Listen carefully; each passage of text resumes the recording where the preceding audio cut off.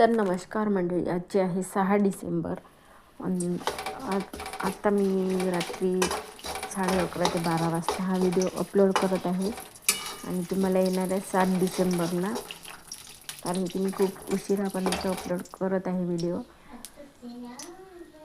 आणि बघू शकता हे मेथीचे लाडू केले मी. अर्धा किलो गव्हाचं पीठ घेतलं होतं, जाडसर दळून आणलं होतं मी.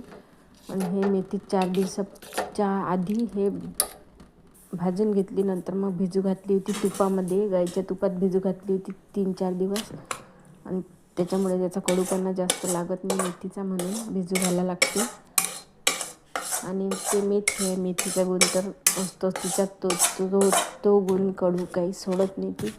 बघू शकता आता मी पीठ मस्त लालसर भाजून घेतलेलं आहे तुपात, गव्हाचं पीठ. आणि त्याच्यामध्ये म्हणजे गूळ हे तुपामध्ये हे करून घेतला, मेल्ट करून घेतला.